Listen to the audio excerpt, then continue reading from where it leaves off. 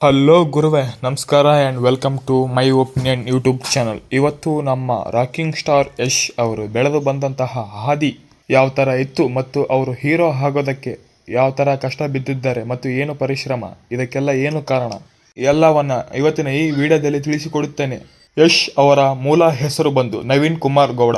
ಅವರು 1986 ಜನವರಿ 8ರಂದು ಕರ್ನಾಟಕದ ಹಾಸನ ಜಿಲ್ಲೆಯಲ್ಲಿ ಜನಿಸಿದ್ದರು. ಅರುಣ್ ಕುಮಾರ್ ಗೌಡ ಅವರ ತಂದೆ KSRTC BMTC ಬಸ್ ಚಾಲಕರಾಗಿ ಕೆಲಸ ಮಾಡುತ್ತಿದ್ದರು. ತಾಯಿ ಪುಷ್ಪ ಮನೆಯಲ್ಲೇ ಇರುತ್ತಿದ್ದರು. ಚಿಕ್ಕ ವಯಸ್ಸಿನಿಂದಲೇ ನಟನಾಗಬೇಕು, ಬೆಳಿಬೇಕು, ಕನ್ನಡ ಚಿತ್ರರಂಗದಲ್ಲಿ ಎಂಟ್ರಿ ಕೊಡಬೇಕು, ಬೆಳಿಬೇಕು, ತಮ್ಮದೇ ಆದಂತಹ ಸಿನಿಮಾವನ್ನು ತೆರೆಗೆ ತರಬೇಕು ಅಂತ ಕಂಡ ಇವರ ಕನಸು ಎಲ್ಲಿಗೆ ಬಂದು ನಿಲ್ಲುತ್ತೆ ಗೊತ್ತಾ?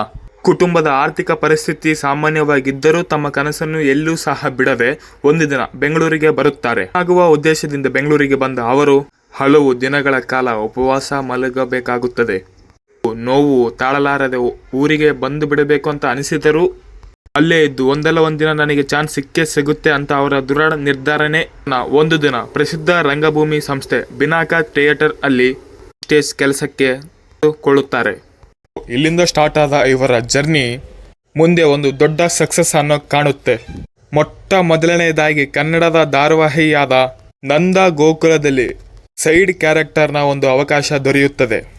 ಇಲ್ಲಿಂದ ಹಲವಾರು ಕನ್ನಡ ಧಾರಾವಾಹಿಗಳಾದ ನಂದಗೋಕುಲ, ಮಳೆಬಿಲ್ಲು ಸೇರಿದ ಹಲವಾರು ಧಾರಾವಾಹಿಗಳಲ್ಲಿ ನಟಿಸುತ್ತಾರೆ. 2007ರಲ್ಲಿ ಜಂಬದ ಹುಡುಗಿ ಎಂಬ ಸಿನಿಮಾದಲ್ಲಿ ಮೊಟ್ಟ ಮೊದಲ ಬಾರಿಗೆ ಒಂದು ಸಣ್ಣ ಪಾತ್ರವನ್ನು ಇವರದಾಗಿಸಿಕೊಳ್ಳುತ್ತಾರೆ. ಇವರ ಕನ್ನಡ ಚಿತ್ರರಂಗದಲ್ಲಿ ಮೊದಲನೆಯ ಹೆಜ್ಜೆ ಇಲ್ಲಿಂದ 2008ರಲ್ಲಿ ಮೊಗ್ಗಿನ ಮನಸ್ಸು ಎಂಬ ಚಿತ್ರದಿಂದ ಮೊಟ್ಟ ಮೊದಲ ಬಾರಿಗೆ ತಮ್ಮದೇ ನಾಯಕತ್ವವನ್ನು ಗುರಿಸಿಕೊಳ್ಳುತ್ತಾರೆ. ತಮ್ಮ ಮೊದಲನೇ ಸಿನಿಮಾನೇ ಬ್ಲಾಕ್ ಬಸ್ಟರ್ ಆದ ನಂತರ ಇವರಿಗೆ ಹಲವಾರು ಸಿನಿಮಾಗಳು ದೊರೆಯುತ್ತವೆ.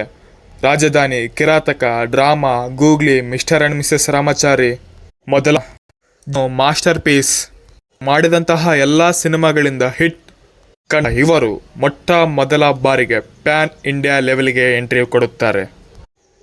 ಇಡೀ ಪ್ರಪಂಚನೇ ಅವರ ಕಡೆ ತಿರುಗಿ ನೋಡುವಂತೆ ಮಾಡುತ್ತದೆ. ಯಾವುದಪ್ಪ ಅಂದರೆ KGF ಚಾಪ್ಟರ್ 1.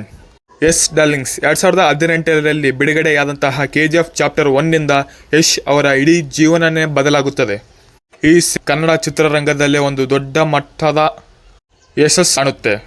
ಸೊ ಇದಾದ ನಂತರ ಇದರ ಭಾಗ 2 2022ರಲ್ಲಿ KGF ಚಾಪ್ಟರ್ 2 ರಿಲೀಸ್ ಆದ ಮೇಲೆ ಇಡೀ ಪ್ರಪಂಚದವರೇ ಕನ್ನಡ ಚಿತ್ರರಂಗವನ್ನು ಹೊಗಳಿ ಆವಾಗ ಅವರಿಗೆ ತಿಳಿಯುತ್ತದೆ ಕನ್ನಡದಲ್ಲೂ ಇಂತಹ ಸಿನಿಮಾ ಬರುತ್ತೆ ಏನೋ ಎಂಬ ಒಂದು ಆಲೋಚನೆ ಸಹ ಬಾಲಿವುಡ್ ಆಗಲಿ ಟಾಲಿವುಡ್ ಅವರಿಗೆ ಇದ್ದಿಲ್ಲ.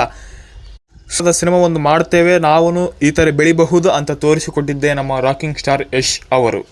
ಸೊ ಇದು ಬಂದ ಹಾದಿ ಸಾಮಾನ್ಯವಾಗಿರಲಿಲ್ಲ. ಕಷ್ಟ, ನೋವು, ಹಸಿವು ಎಲ್ಲ ತಮ್ಮ ಗುರಿಯನ್ನು ಮುಟ್ಟಿದ್ದಾರೆ. ನ್ಯೂ ಮೂವಿ ಟಾಕ್ಸಿಕ್ ಆಗಸ್ಟ್ 28ಕ್ಕೆ ರಿಲೀಸ್ ಆಗ್ತಾ ಇದೆ. ಯಾರ್ಯಾರು ಈ ಮೂವಿಗೋಸ್ಕರ ಕಾಯ್ತಾ ಇದ್ದೀರಾ ಕಮೆಂಟ್ ಮೂಲಕ ತಿಳಿಸಿ. ಈ ಮೂವಿ ಎಷ್ಟು ಕೋಟಿ ಕಲೆಕ್ಷನ್ ಅನ್ನು ಮಾಡುತ್ತೆ ಕಮೆಂಟ್ ಮೂಲಕ ತಿಳಿಸಿ. ಸಿಗೋಣ ನೆಕ್ಸ್ಟ್ ವಿಡಿಯೋದಲ್ಲಿ.